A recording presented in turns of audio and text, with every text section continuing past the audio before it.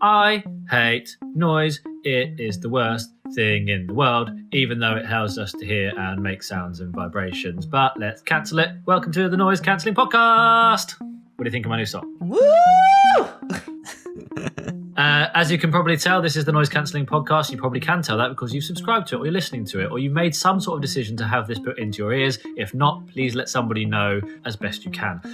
This is obviously coming from Future Publishing, which encompasses wonderful sites like TechRadar, Laptop Mag, Tom's Guide, and so many more. And this is a podcast where we talk about all things tech, try and sound authoritative, and probably fail most of the time. But hopefully you'll hear Sherri singing and that'll give you a positive feeling. But before we get on to any of that, who is on the call with me today? I am Sherri L. Smith, Editor-in-Chief of Laptop Mag. I'm Matt Phillips, TechRadar's video producer. I'm James Peckham, Phones Editor for TechRadar. And I'm Gareth Beavis, Global Editor-in-Chief of TechRadar. And as you can probably tell and guess, because we're all living the same life, this is a call. We're not in the same studio. I cannot wait to see you guys in the flesh. Although, admittedly, Sherri, you're on the other side of the world anyway, so this is how we do it. I mean, yes, but one day I hope to travel to the UK offices. It now seems weird to think about that. Like, when you travel? What are planes? I miss going to shows so badly. I really do. Do you mean like musicals or like trade shows? Trade shows, because people are already talking about, hey, do you think CES will be canceled? That would break my heart. CES is one of my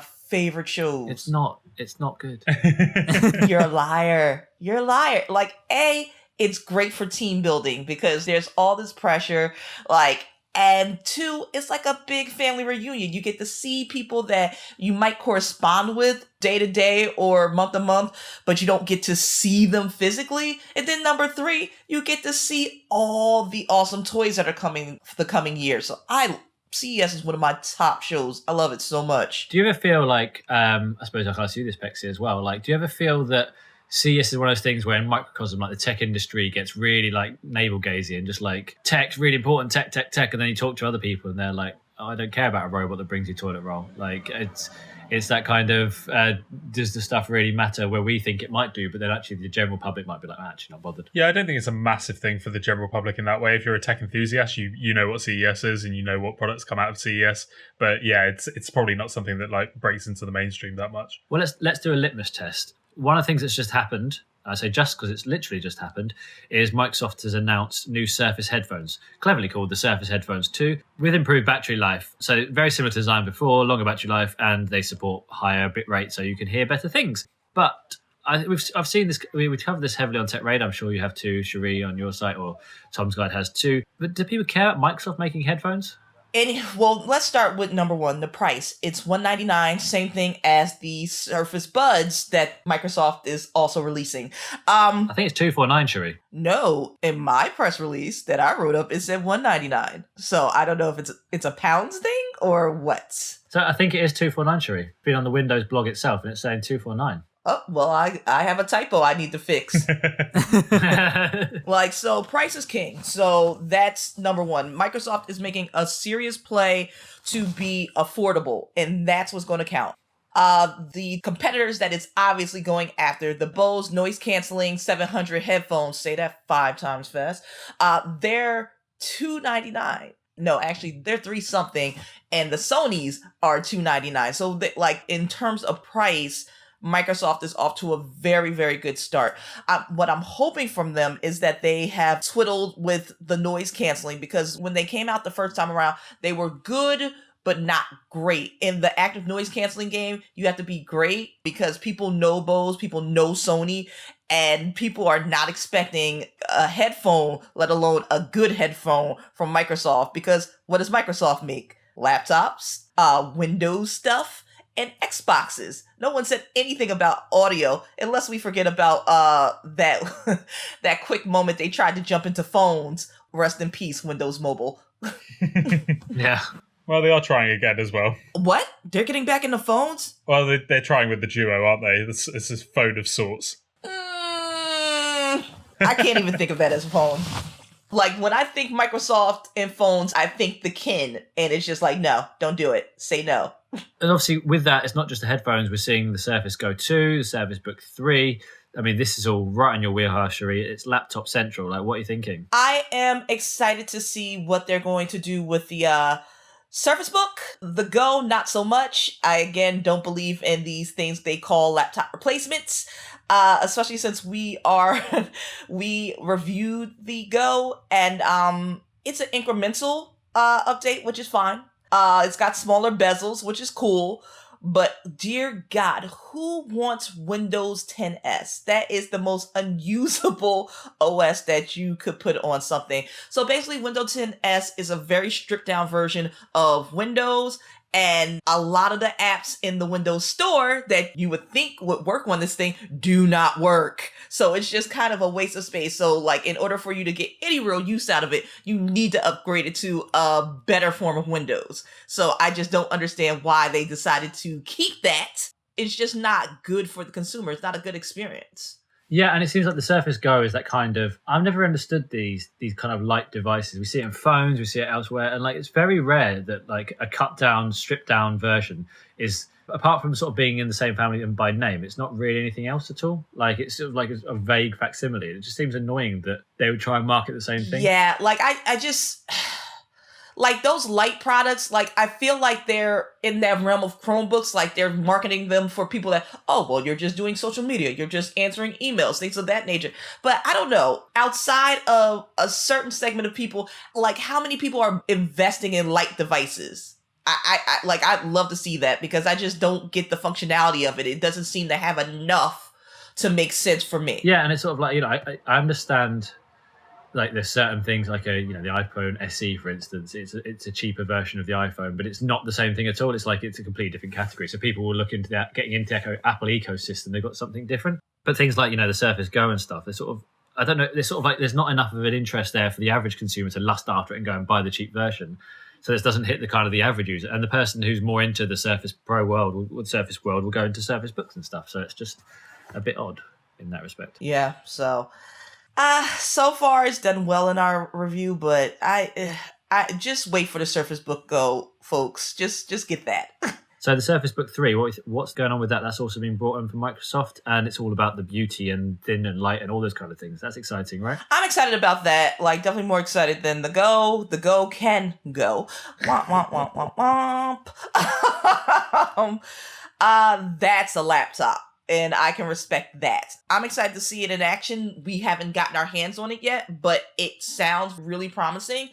So I really want to get my hands on that. I really want to see how it's going to do in terms of battery life. Redesign is always welcome. Thinner is always better in most cases, especially if you're planning to take that thing on the road, which I know a lot of people are. Is Microsoft having real success in laptops and stuff like that, do you think? I'm not sure. For me, back in the time when there was a thing as the outside time, if I rolled into a coffee house or a cafe or wherever, or even just at a tech show, a lot of people have Macs. So I'm not sure how many units Microsoft is selling, but obviously they're selling enough that they've made multiple iterations of both of these laptops and laptop replacements, quote unquote. And so we talked about the Surface Duo in there, or is it Surface Duo? Is that what they're calling it, Pexy? Yeah. Yeah. Like folding movement, that kind of thing. But I mean, talk about the Razr. That's one of the primary folding phones in the world. It was the Razr brought back from the late 1990s in a foldable phone. It was a confusing phone when it came out, right? And then something even weird has happened. Yeah, it didn't get a fantastic review on TechRadar. I think it got a 2.5 star review because it's a very expensive piece of tech for not really a flagship phone. It's a really cool design, and it's basically nostalgia that people will be buying this for. And Motorola in the US have started selling it buy one, get one free. So if you buy a Motorola Razr for $1,500, you can get one for free as well. It's such a strange deal. It's probably the first deal we've ever seen, like a deal of that kind of sort on foldable phones. But also, why would you want two Motorola Razrs? That's just such a weird thing. Oh, because they can't give them away. Like, they literally cannot sell them, so they're just trying to give them away so you can torture someone else with that horribly designed phone. Then why not make it half price? That would make a lot more sense in that way to me. Still got to recoup your money. But you're giving away two devices for half. Do you see what I mean? I see it, but I don't think people are sold on that particular foldable phone. Yeah. People like the Galaxy Fold, even after the debacles, but critically, The Razr phone got panned. It's like, so the verdict is out. Was it, how much was that phone again? $1,500. Yeah, right. Oh my god! And it's not even a flagship Snapdragon chipset in there. Oh my It's the god! 700 series. Oh, I'm so sorry.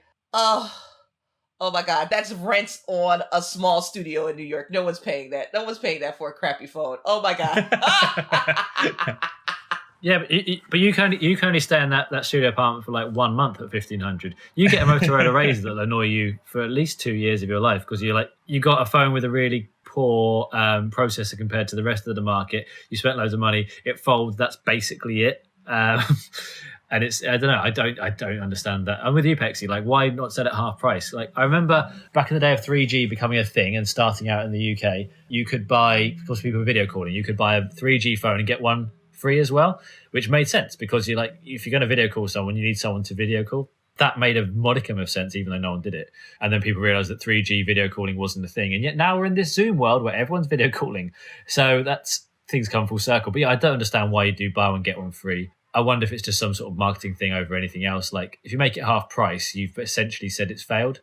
If you buy one, get one free, it's an offer. It's an exciting thing. It's changed. That's true. Yeah. It's trying to save face, I guess, a bit in that way, isn't it? Yeah. But by doing the buy one, get one free, aren't they essentially doing half off without halving off? Because you're getting two phones for the price of one. That's the point. They're doing half off without having to do half off. And then everyone going like, they've slashed the price. Dickheads. It makes sense to me. Look, I get it, right? They want to get this phone out to people. This phone has a bit of a wow factor, right?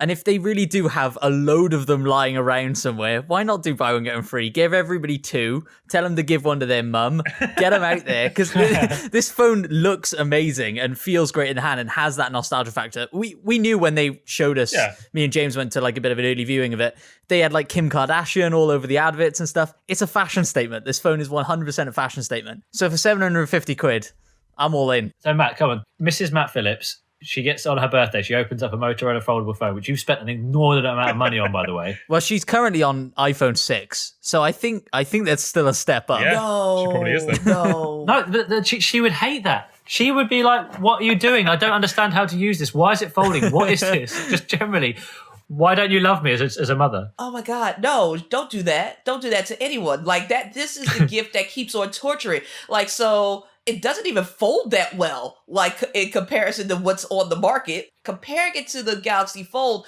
this is just ill thought of. And I get it. They tried to make a nostalgia grab. This, oh my God, like here, my love. Here's this crappy folding phone, but you can play Snake on it. And if you really want to bump up that nostalgia factor, there's a mode that lets you use it like an old school flip phone. So if you need to text, you need to press the letter that you're trying to get to 3 times before you get to it. Here, this is an expression of my love. Just tell her you hate her and hand her the divorce papers. Don't do that. I thought we were talking about his mum. Yeah, you can't divorce your mum. I know. We got lost somewhere in there, didn't we? We went from mum to wife. We did. Matt, have you married your mum? Let's not talk about it. Let's not talk about it. Let's what we should talk about. Let's talk about Vikings if we're going to get into things we should. I mean, that's roughly the same thing, right? Assassin's Creed. I mean, I like to do my research for these podcasts because, professional somewhere. And yeah, I've done this. I'm like, I don't know what happened. I think I've raised this already in the podcast before.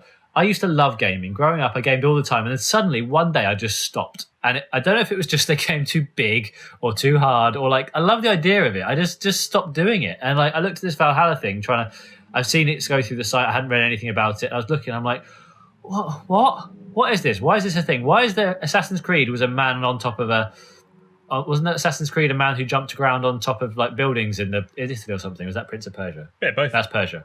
I don't know. Matt, you like gaming. Tell me more. I do. I don't know why this is a thing, really. Assassin's Creed games do well for Ubisoft for some reason, and they've been packing them full of microtransactions as of late and making them more and more grindy and longer and longer and longer, which is my suspicion on why you fell out of gaming, because you got too busy as an adult and couldn't afford 75 hours to play an Assassin's Creed game anymore, which is what this will be. Nice. Yeah. Is that something you want, Sherri? Oh my God, I am an open world queen. Oh my God. I cannot tell you what.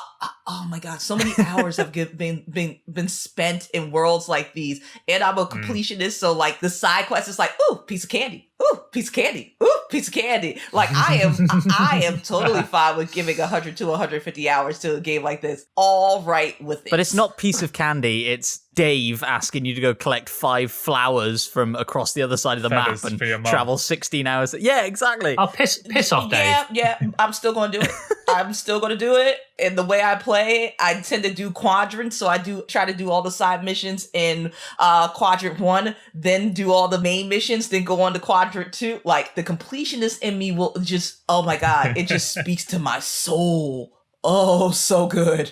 Yeah, which makes you the perfect Assassin's Creed player. But for me, it's like, oh, this story's really interesting, but now I have to spend 20 hours doing all the side missions, which are boring, to level up so that I can continue that story. And by the time I get there, I've forgotten what's happening and who everybody is. So I don't care. I'm trying to think of what it was, like whether it went from like there's just too much first person, or the worlds are just too big, or it just wasn't linear enough for me. Like I'm the completionist too, and I like being able to say, go do that thing, do the thing, come back again, and rather than having to like remember where I was, just scroll. I mean, maybe I just want Mario Brothers 3 back again because I completed that and it was brilliant, and I still feel like that's my greatest moment. But we are going to hear more about this at the Xbox reveal later this. Oh well, it will have happened at the time of recording, but we'll talk about that after the break. So let's take a lovely quick break. So we are back and we have left the news section. I feel like we covered a whole smorgasbord of things, from Microsoft to foldable to Viking Land. Where's Viking Land? Is it? It's Norway and England for the game. All I know is that I'm going to be able to stab dudes as a Viking and potentially use an axe and get, like, hopefully there'll be some type of berserker mode. I'm all in for it. Sherri, you can do that right now. You can stab dudes dressed as a Viking, use an axe, and go berserker. Like, I mean, I don't want to go it. to jail. You're not allowed to go outside, so you can't. True, good point. Thank you, Matt. Thank you. You're always the voice of reason. So the Xbox preloader is going to be already happened by the time this podcast goes live, so I'm not really sure why we're talking about it, but are we excited? And I suppose more importantly is Microsoft admitted that this is going to, told us that this is going to be a 2020 that's happening regularly on a month-by-month basis. They are stretching out the Xbox Series X launch, aren't they, Pexy? Yeah, they really are. But then again, PlayStation's doing a similar thing, really, aren't they? Where we're getting little tiny events and we're getting these kind of things. We don't know if it's going to be every month, but like we are getting little kind of hints at each time.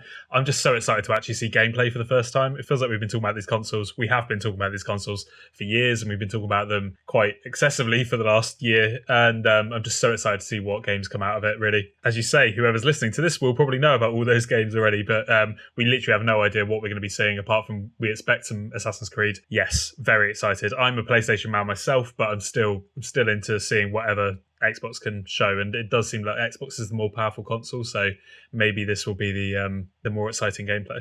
And so, Sherri, what do you think we're going to see on Thursday? Have you had any deep thoughts about it, or just don't care? Oh, I care. I care. I am gaming agnostic. I have everything in my house. I have a Switch. I have 3 Xbox Ones. I have 2 PlayStation 4s. So no matter what, both of these companies will be getting my money. Well, all 3, because eventually a Switch 2 will be rolling down the line.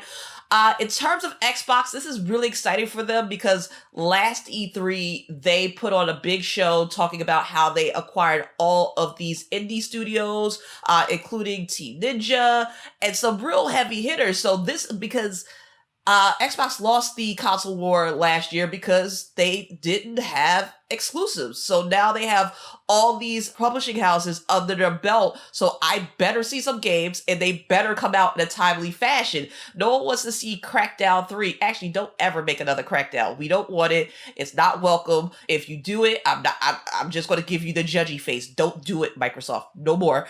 But we want the games to come out. Like, I remember everyone got really, really excited about Scalebound, and it was never seen again. Microsoft needs to, if you have all these publishing houses, you need to A, make the games, and B, put them out. So I am excited to see what they have under their belt. This is not the first time that Microsoft has had the most powerful console in the world, because the Xbox One for last generation was the most powerful console in the world. But what is a piece of hardware without supporting software? An expensive paperweight. So they really, really need to stick the landing on the games this time around. Matt, obviously you do the videos for us, so you don't have to do all the writing and get too lost in it. So you can keep the excitement with visuals. Obviously, we've seen the Xbox Series X, we haven't seen the PlayStation. Like, what are you feeling about the whole launch? Are you feeling like these kind of spread out things make you feel titillated or just pissed off? Yeah, I don't know. I think, PlayStation have been far too radio silent as far as I'm concerned. The stuff we've been getting isn't interesting enough, especially for your average consumer. And like you say, the Xbox seems like it's going to come out on top hardware-wise, but I'm still just in disbelief that these consoles are actually coming this year. Everything else, hardware-wise, has been delayed. And software-wise, all the games are getting delayed. So, yeah, it just blows my mind that we're still getting them this holiday. Yeah, I can't believe it, to be honest with you. And I think, if they still do stick to those dates, which it seems like they're going to, they'll probably be really limited quantity. So, I don't know how many people will adopt this on day one. I'm still in, like I say, disbelief about it all. Well, I mean, we're hopefully going to keep this podcast going for a while. And so we'll be keeping tabs on that. But let's go where we like to go at this point in time and into the labs. Time for reviews. Time to talk about laptops, tablets, and smartphones, and anything else we get our hands on. Reviews. Matt, sing it. No. Oh, you got you psyched me out. Like you took a big breath like you were about to do it. We have got a lot to talk about here because Sherri, you have been under embargo. Heaven or hell? Which one is it? A little bit of both. Like I love I love a pressure cooker situation. So there are a ton of embargoes. So like the masochist in me is like, yes, sir, give me more. The realist in me is like, but why? Why are they all stacked on top of each other? And the extremist in me is like, hey, we gonna get this done. And we are getting it done. We've already gone through all of the Microsoft embargoes. So that is the Go, the Book, the Surface headphones, the Surface earbuds, and a couple of Surface accessories. Next up, we are on the MacBook Pro, which I have had a little bit of time with, and it's not a incremental jump, but they've addressed customer concerns, which I think is more important at this point. So with that, this time around, like they're keeping the same price points, which is good and bad because for the base model, you're getting an 8th gen processor, which is a €2 processor, which I don't get. Why do you not love us, Apple? But you are also getting double storage this time around. So instead of 256 gigs to start, you get 512, which is great. And they kick the butterfly keyboard to the curb in the 13-inch MacBook Pro. It is no more. That is the final nail in the coffin. It does not live anymore. Now we are all playing with the Magic Keyboard, which is a more comfortable typing experience. It's still shallow. It's not mechanical keys that give me that lovely clicky sound, but it's a much, much better typing experience than what people were getting with the butterfly keyboard. So for those reasons, like it's a really solid MacBook. They didn't change the design. It still looks the same. And you still got the somewhat chunky bezels, which is disappointing because what I wanted them to do was do what they did with the Air, slim down the bezels and get a bigger screen. Well, actually what they did with the 16-inch, slim down the bezels, get a bigger screen into a smaller chassis because people want a 14-inch MacBook. I don't know why. I'm fine with the 13-inch. I just would have preferred a bigger screen, but here we are. Why is it only 13-inch? Because reasons are the reasons that they chose. No idea. I think people are comfortable with the 13-inch. I would have been impressed if they had gone back to the 12-inch, but I don't know if people like that form factor enough to make it worth Apple's while. But what are bigger devices, though? I would have been fine with a 14-inch. Like, I definitely like the 16-inch, but from industry research, most people prefer, like, overall a 15-inch notebook. Like, it just splits the middle. Like, you get a decent sized display, but it's still somewhat portable. So I would have liked them to have done the 14-inch, but I guess they didn't want to encroach on the 16-inch. That's the best logic that I could come up with, but who knows what Tim and the rest of the folks over at Corporatino are ever thinking. All I know is that people are going to buy it, And yeah. But are we getting a new 16-inch? We're about due, but depending on how the supply chain is doing, I don't know if we're going to see it this year. But we're not even in summer yet, and Apple typically does like 20,000 announcements before we even get to fall. So who knows? What else is in the review parlor for you as well? Let's see. Sony has come out with some unnameable earbuds Name yet them. again. Let me see. They are the the WF-SP800N Well done. earbuds. I mean, we can't corroborate that right now, so she could be just taking this. Sorry. They're actually right here. So far, so good. Like, I like the sound, and what I'm impressed about is they're a little chunky, but what impresses me about them is the level of bass for a truly wireless earbud. Like, somehow Sony found a way to put their extra bass technology into these teeny tiny earbuds. The case is one of the biggest cases I've seen in my life. I have just started playing with these. The embargo will have broken by the time this goes live, so I don't have the specs off the top of my head, but I am excited. Like, from just the first listen, I'm really excited to delve deeper into this. Yeah, that is a big case. It's like a small sunglasses case. It's crazy. It's a rather large case. Like, I'm surprised it's so, like, especially compared to the likes of the Pixel Buds 2 and the AirPods Pro. This is like a boat. I mean, do you think that's the key thing? Like, I think the true wireless headphones world, I was about to say it's fascinating, but like, it's not to a lot of people. But to us tech fans, it's fascinating. The idea that Apple's doing these kind of weird toothbrush heads from outside your ears, and then the Pixel Buds and the Surface earphones are slightly more refined, and then Sony just going, now we're going to put boats in your head, and you can hear all the bass. Well, the thing about it is, when you shrink it down to such a tiny space, like, you've got to make sacrifices. I think Sony just got tired of making sacrifices. They want to make sure that they get that bass in your ear. They want to make sure that it sounds good, and they're not afraid to make it a little chunkier to make it happen. So I do respect that. So far, the first listen, like, they're comfortable in my ears, but they definitely stick out a little bit.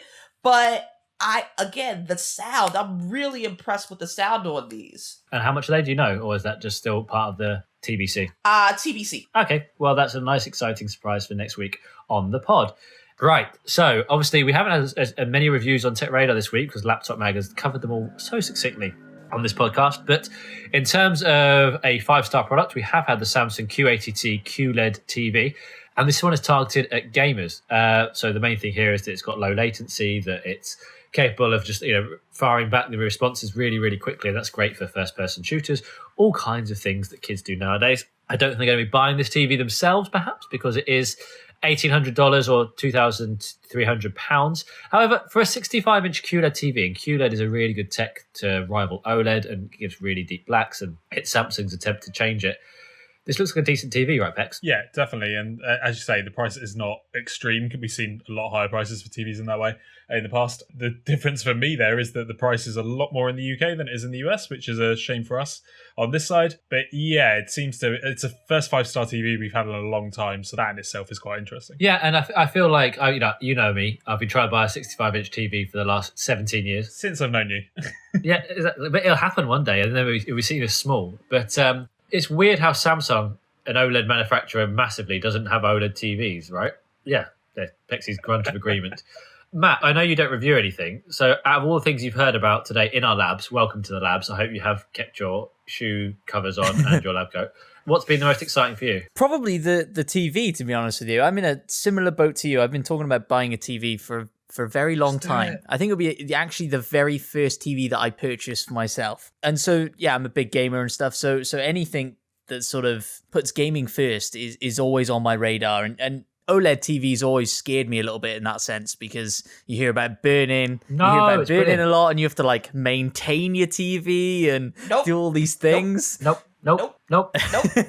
I have purchased 2 OLED TVs at this point. I have 2 55 inches.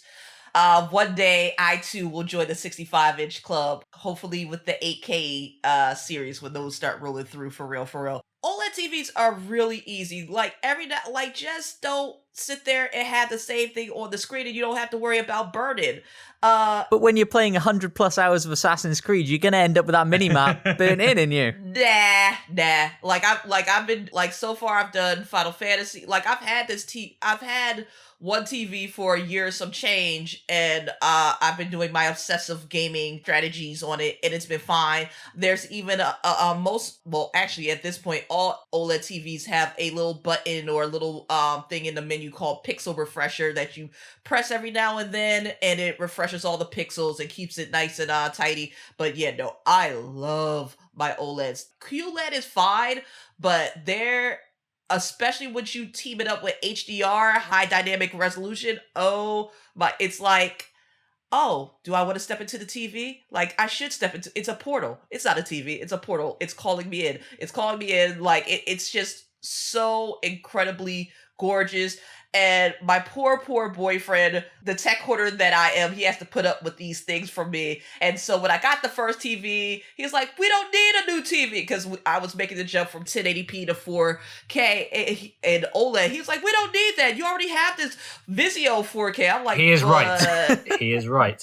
No, he's wrong. He's wrong, and I knew I would get him as soon as he watched his first football game or his first basketball game with that HDR and all that stuff on it. He's like, okay, I see it now. And then I got the second one, and he was a little perturbed. I have not gotten the third one yet because I right now don't have a TV in my room, and I kind of like it, but there's a bare wall here. And it's kind of screaming for another TV. And he's just looking at me. Have you heard of art? No, put a picture up. Yeah. Have you heard of a window? Just anything else that's not a TV. Just don't cover your walls at every single thing with some sort of screen.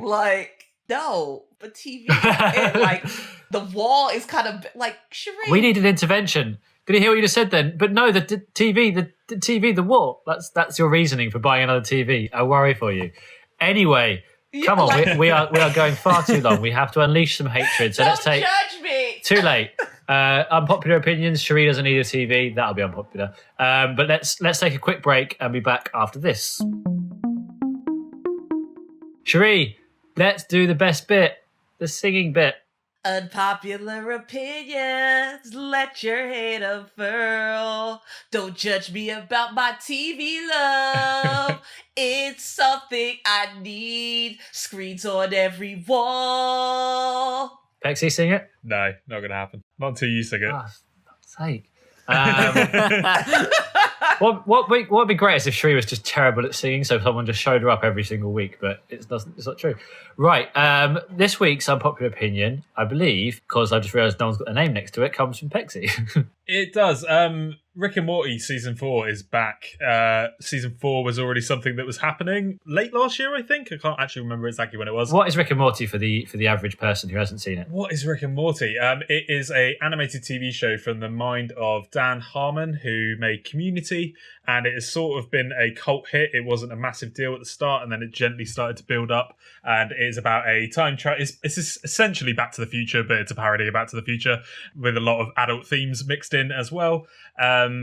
Yeah, I used to really like it, and I've just sort of absolutely petered out with it. I'm really not that interested in Series 4 anymore, and I'm seeing a lot of excitement about it. We've got how to watch articles and stuff up on the site at the moment, and stuff on Rick and Morty Season 4, and I just don't really care anymore. And I think it's because they took so long to make these series, and also splitting a 10-episode series in two, to me, was just a strange idea. I got 5 episodes into it, and then all the momentum just dropped out, and we've had to wait, I think, something like 3 months for the next lot of episodes. I know someone on this call is not agreeing with what I'm saying. I do not. I watched the first episode of Season 4, Never Rick and Morty, and it's just as funny as it's ever been. The appeal of it is like Pexy said, it is a Back to the Future parody, but if Doc was an alcoholic, abusive genius, and Morty in this case was just a simpering, just a stooge. They are fully leading into the metaverse, but I do agree with you about the length of hiatuses. This is a Cartoon Network thing more than a Harmon Roland thing. Yeah, totally. They Cartoon Network really needs to get on the ball with their contracts because, like, they get hit shows because we saw it happen with Steven Universe. Like, will they, won't they? And, like, the budget to get these things animated. So it's always a push-pull thing. And then with Rick and Morty, it started getting so big, they had to go to contract negotiations. So out of that, we're going to get, what did they say? 7 more seasons? Are we getting 7 more seasons of this? I think it was even more than that. I think they went ridiculous and it was something like 20 seasons, wasn't it? And they just kind of said they were doing it. And maybe that was all a joke and I just didn't get it. I think it was a joke. I hope not. Like, I don't think they can sustain 20 seasons. I think they can do 7 because their seasons are short. They're like 10 episodes. That's not short, Sherri. That is not short. That's American short. English short is like 4 episodes. And the entirety of The Office is about 10 episodes. Yeah. 3 series. Yeah, because I like watching some of the BritBox and watching IT Crowd and watching Luther. I'm like, but I need more. Why can't I have? Yeah, you're right. So, they can pull it off, but I am excited because like they totally turned the show on its head. They went full meta. They lead into like just the promo for it. Like you saw all these shots and people made all these theory videos like, oh, we're going to see this continuity, and they blew all of that out the water with the first episode. Like, no, you don't know what you're talking about. Stop trying to predict us. Stop hitting yourself. What I love about Rick and Morty is that everyone thinks that they're Rick when everyone is actually a Jerry, which is awesome. And that's something so many people who haven't watched the show will definitely get. We are running massively out of time right now because we ended up talking about everything. But just one final word from Matt. It can be anything. I agree with James. Rick and Morty has been gone for too long and I don't care anymore. I'll tell you one thing I do want to ask is how is your hair still looking like it's not gone wrong like every other person I've seen? Great podcast material. I mean, Matt's hair just looks really suave and swish. And I keep seeing myself. I've got these weird little flicks over my ears now. Like I'm just having to sort of pull my hair back behind my ears. It's awful. It's the over-ear headphones. They just keep everything in check and everything. See? Clever. Oh. Pexy's wearing over-ear headphones and his fringe is starting to try and attack his nose. Yep.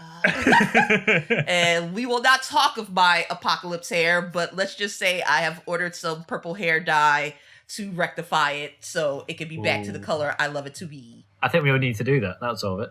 Well, on that note, as always finishing, thank you very much for everyone for being here.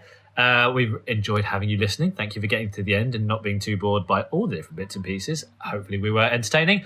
Everyone else, can you say goodbye? Matthew. Bye. Well, I was going to say, like, you know, if you want to give any shout outs to your personal brands or any things people should be doing, just go to TechRadar. Just subscribe to TechRadar YouTube channel, like the video and all that fun stuff. Great. Pexy? I'm not going to talk about TechRadar. Can you follow me on Twitter, please? It's at JamesRWP. Sherri, have you got a Twitter account? I do. It's you do.